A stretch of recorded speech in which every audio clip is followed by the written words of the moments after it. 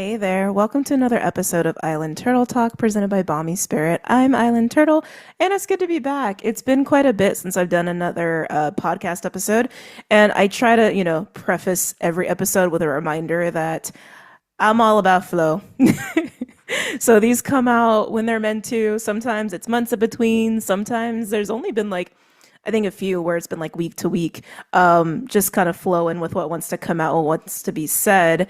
And there are some things that I want to share about some things I've been observing in the collective, and even just with clients and even with myself. I'm actually recording this the week of the full moon in Sag, just after Jupiter has gone into Cancer. It's actually Friday the 13th, which I I'm going to be, if you can see the title, I'm going to be speaking on initiations and gates and interesting chambers we find ourselves in when we're going through these initiations and gates and liminal spaces. So also why I wanted to do this today, because I've recently come out of my own little chamber within a liminal space. And what I mean by liminal space, I mean the literal space between two cycles, two very anchored realities, I think is a good way to say that. Initiations, really, as well.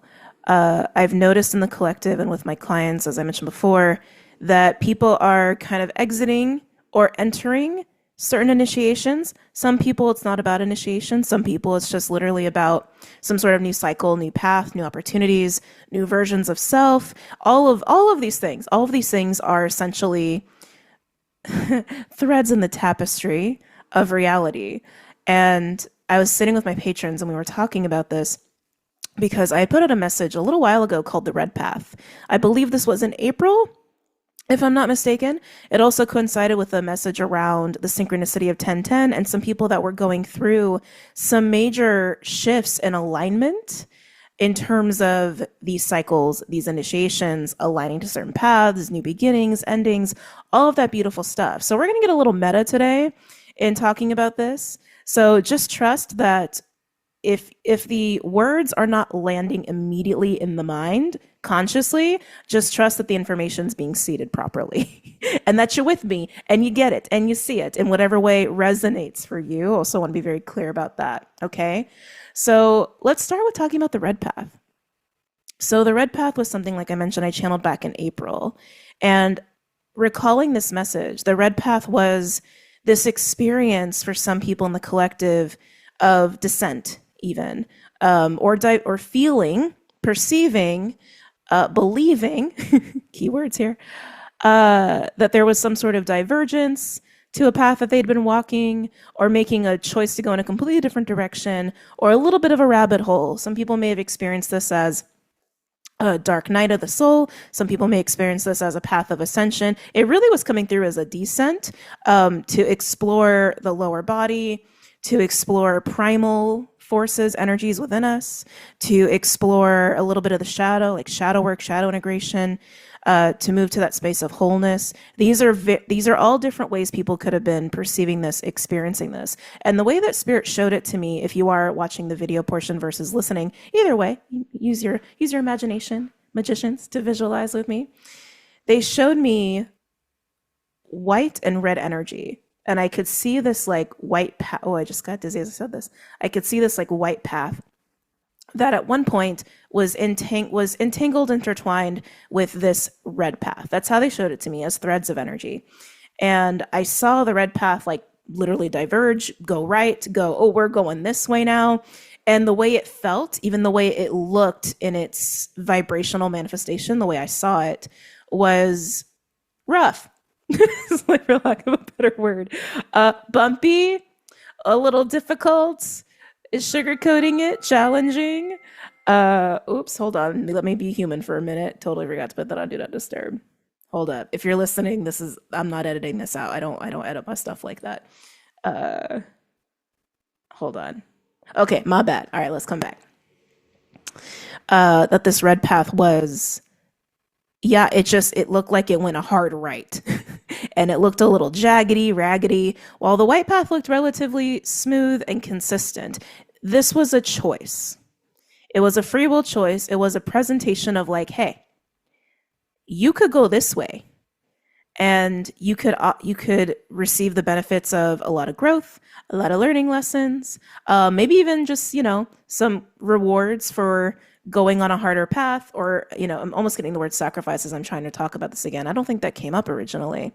And again, these are videos I post on YouTube, so you can go and watch that if you're resonating with this and you didn't see that before. But it was made very clear during that channeled message that it was a choice. It was a choice. It was not necessary. It had a bit of a side quest feel with great spiritual development rewards to do so.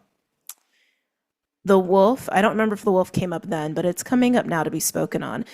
Some of you who may have walked this red path or are about to, so that we'll come back to that, because there's some people exiting, some people entering. We'll talk about it. But the wolf may be a very primary animal guardian or guide. They're saying other animals as well. So we're getting into channel mode here, people, just letting you know. So whether you are exiting the red path, have exited, entering now, already entered, in the middle of it even, there are certain guides that are seeming to be wanting to be named, or at least recognized as guardians, to walk you through this path, to help you through this path. The wolf is very prominent. Owl is coming up a little bit. That may show up for people who are more towards the end of this red path before they realign to the white path. Interesting. But it's really, there's a lot of emphasis on the lower body here. There's other animals too, but these two in particular want to be named. Thank you. Deer is coming up as well. Thank you. Yeah, deer is coming up as well. I'm just sitting with this for a minute. Can feel Hecate coming up and crossroads energy. That we'll get to that too. That plays a role here. But yeah, the owl. The owl's coming up again. Towards the end of this red path, there may be perceptions of the owl, integration with the owl, recognition of the owl. Full circle recognition is also what I'm hearing, as there is a realigning, intertwining to the white path.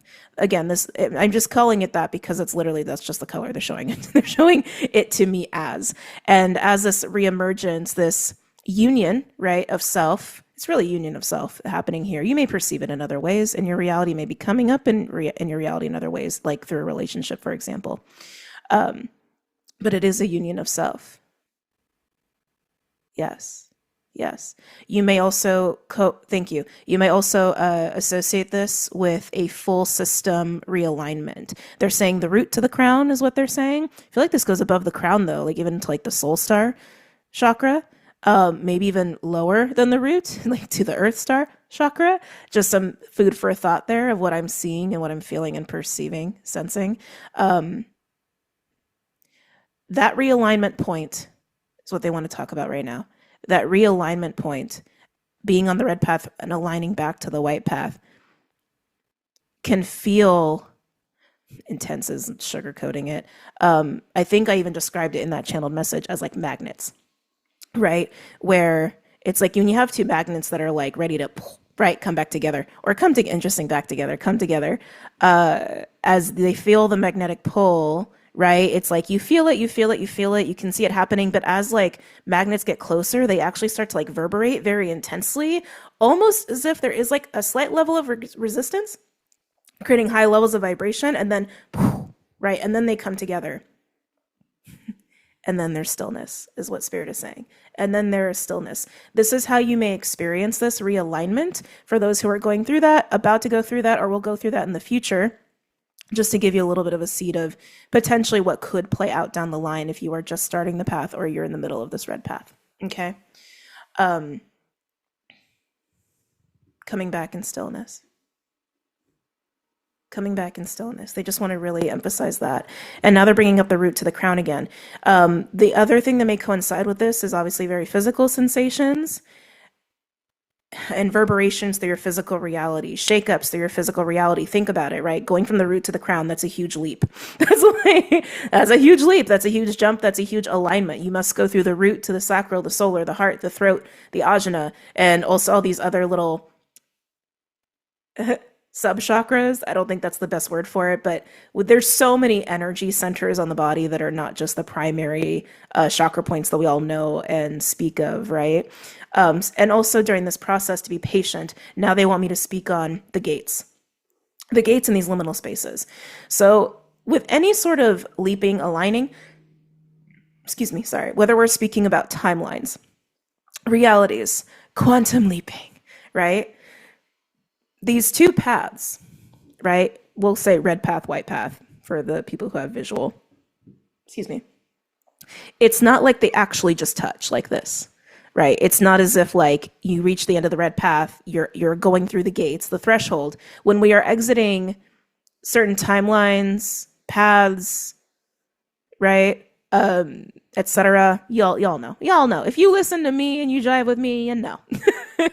Right? When you reach the end of initiation, they're saying, let's speak of initiation in this manner. So we're going to focus on this in terms of initiation because initiations do have very prominent thresholds, right?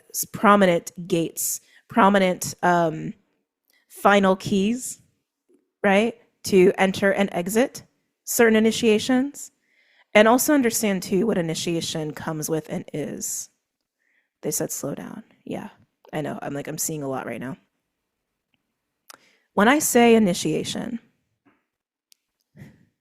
it's about to get a little noisy in the background. When I speak of initiation, I am speaking of entering a state, an experience, a cycle of learning. That's really what it is. It's learning. It's learning, it's maturation. It is a very pinpoint focus of attaining a certain wisdom. Going through initiation can feel like spiritual testing. And in a way, I think that's how we just, to be totally honest with you, this is just my observation. This is not what Spirit's saying. This is what I am saying as Island Turtle saying in this human vessel, in my own experience of initiations, that we experience it as spiritual testing because as we are going through initiations, it is new, it is difficult. It's literally us trying to learn.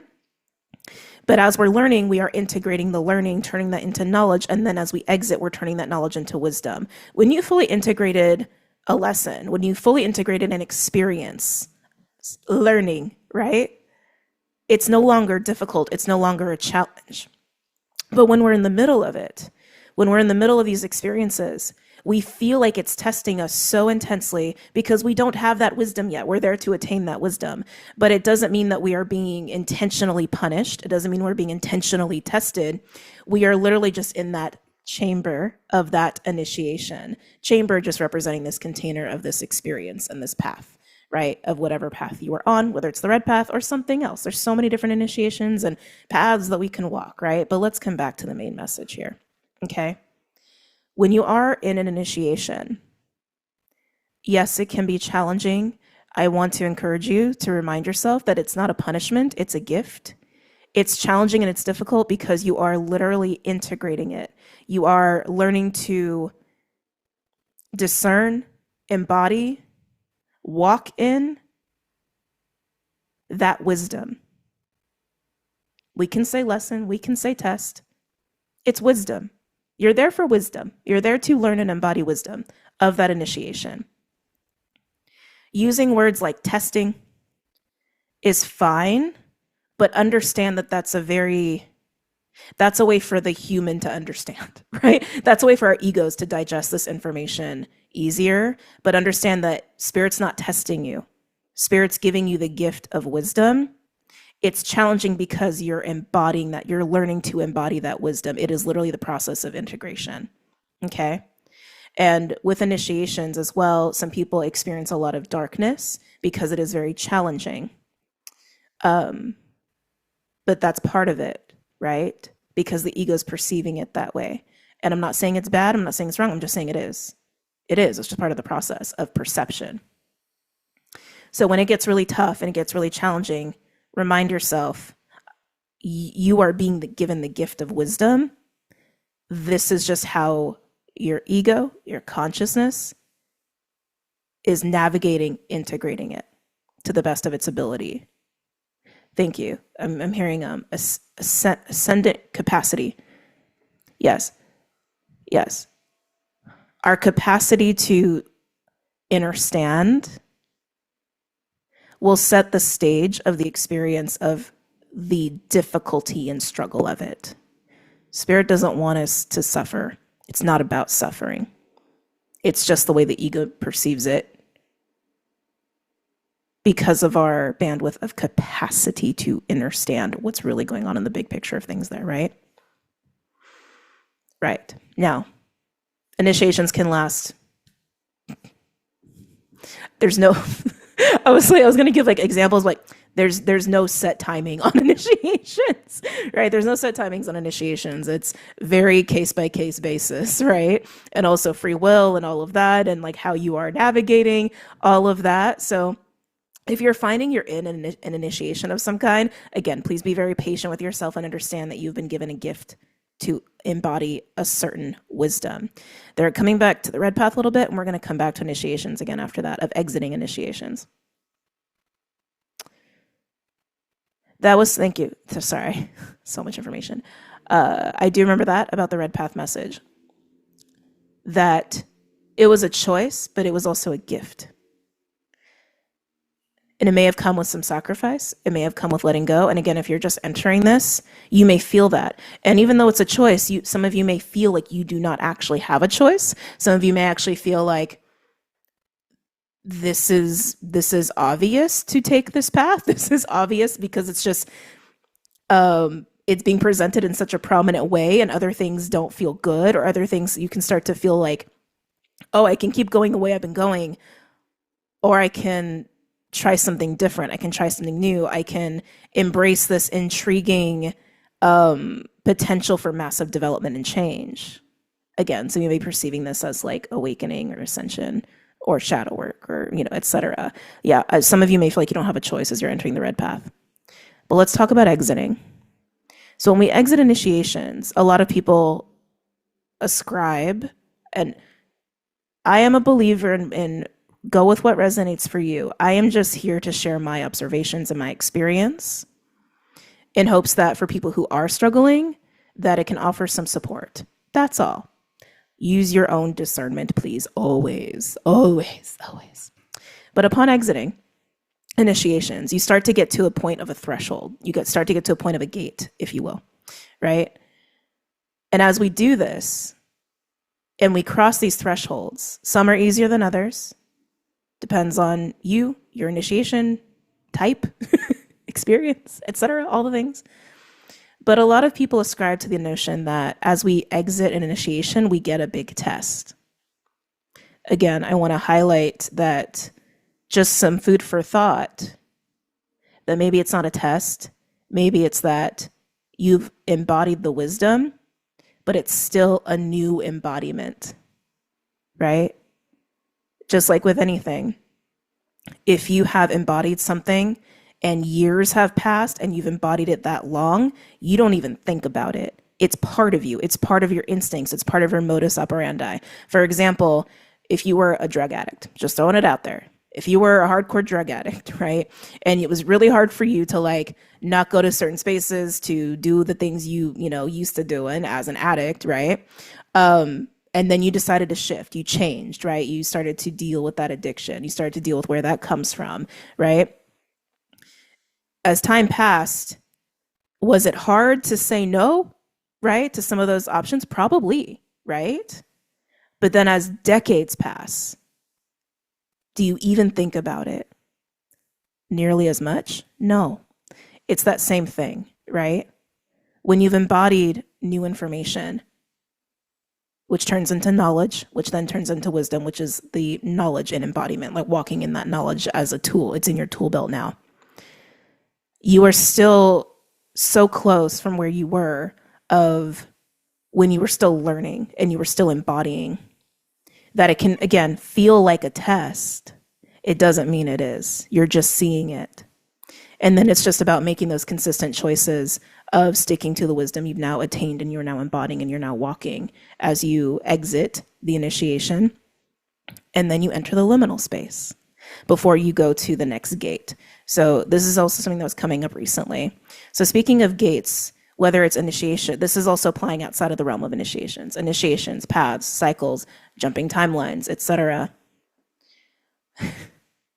This is the meta part. I'm actually asking Spirit, I'm like, do I even really need to go into the mechanics of this? Like, this is I don't know. So nothing is linear in our world, okay? Nothing about energetics is linear. Nothing. Everything moves in a spiral energetically, including these paths, including the energetic infrastructure of just all things in our world. So if we're speaking of whether it's initiations or jumping timelines, it's not like I mentioned, circling back before, right? It's not like you are at the exit gates of the initiation and suddenly you're just on the other side in the new. There is space in between.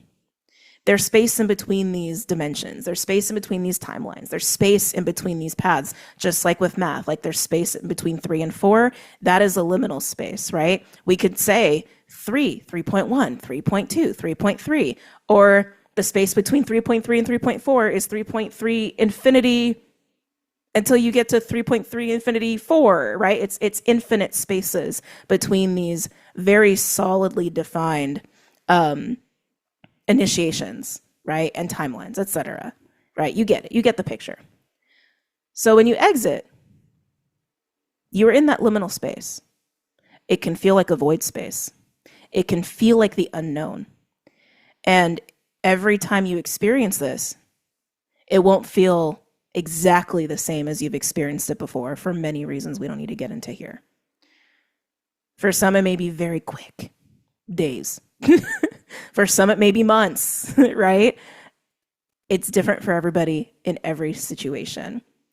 But I bring this up to say, as you exit the gates, whatever you're exiting, understand that as you navigate liminal space, the unknown, the vastness of potential, there's going to be this time where you are not at the gates of what's next yet. These liminal spaces is when it's really vital to stay aware and to stay focused. It could get really easy to get distracted, especially if you have a want or a knowing of what gates you want to go through next, where you want to be, what you want to experience. This is in terms of just your life. Speaking very plainly, just in terms of your life. What do you want to have going on in your home life, in your work life, in your relationships, you as a person, right? Or if you're more of a mystic, which if you watch me, you probably are a mystic. most people who watch me are. The next chapter, the next wisdom, right? The next version of you, whatever. If you don't have a clear vision of that, that is also okay. Sometimes that becomes clear in the liminal space, the vastness of potential of all that there is, hence a void space, right?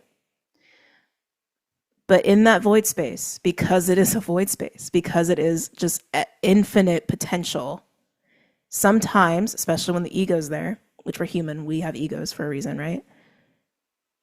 It can get really easy to get distracted by the darkness of the vastness itself, to move into doubt, to move into fear. This is what Saturn Pisces was teaching us this entire time, right? Saturn's in Aries now. I may actually talk about that in this episode as well. There's so much to say lately.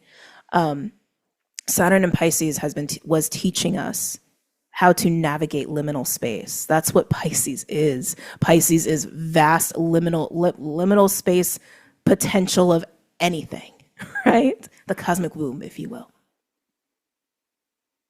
And our human minds, our monkey minds, our egos don't like it.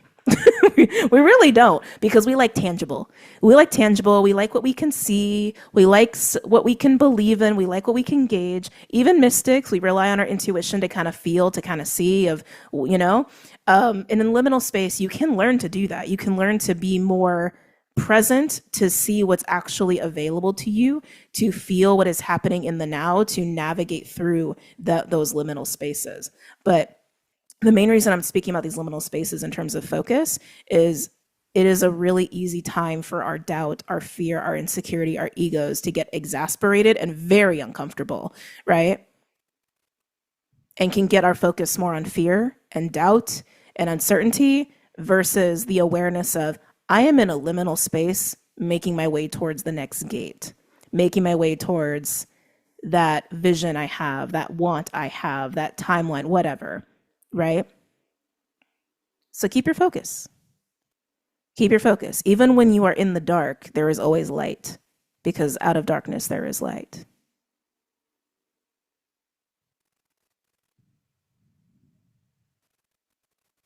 And if you have your focus on that, that can help anchor you. Also, why being so connected and aware of self is so important, because no matter what goes on around us, no matter what liminal space we find ourselves in, we don't need to lose ourselves in it, right? So it's interesting because Saturn Aries actually is teaching us that a little bit, and we're going to get into that soon. So you make your way towards the next gate, right? Whatever that gate is. And just coming back to the red path, white path. If you resonate with that red path, white path message, again, the full video message is on YouTube. That particular channeled message of that alignment feels really intense and feels like a big leap, like a very long, extensive journey through the liminal space for some people. And when you get close to the gate, this is how you'll know that you will know that you're close to the gate. The energy gets really starts to reverberate a lot, where that could manifest in your reality. Like certain parts of your life or reality start to get shaken up a lot or start to feel really uneasy. You may feel like kind of uneasy. You actually may start to feel like you get more energy, and then it's like almost like an anxious energy. You may start to feel like, wait, I actually need to ground more. I need to actually be in silence more. These are little signs, indications that you're very close to the next gate, even if you can't fully see it yet. Okay. Again, this is specifically for those who resonate with this red path, white path, coming back on the white path, reintertwining with that white path message. Okay. There was something else. There was something else I wanted to be spoken on here. Saturn Aries. Is that, hold on, I'm checking in with Spirit. Is that really important to talk about right now? Is it really? They said I could save that for the next episode. Oh, okay. So I guess we're closing. I guess we're closing out. So I didn't get super metaphysical on you as far as the mechanics of why there is liminal space with these gates. Again, just trust that knowledge has already just been provided and seeded through just the energy exchange we're having right now. Okay. But I am going to depart. Thank you for listening. Thank you for supporting just all of the endeavors over here with BOMISpirit and everything that BOMISpirit that led up to BOMISpirit and just everything that's coming in the future. I wish you all the best. Keep in mind, I am starting to post little extra things here and there. I posted a forgiveness ritual earlier today. If you are navigating liminal spaces and things of that nature, I would really encourage you to check it out. It's posted on YouTube, and I also posted on Instagram as well, at BOMISpirit Collective on Instagram and at BOMISpirit on YouTube. Okay, I'm gonna go. Take care. Enjoy your day. Enjoy your night, and take care of yourself. Bye.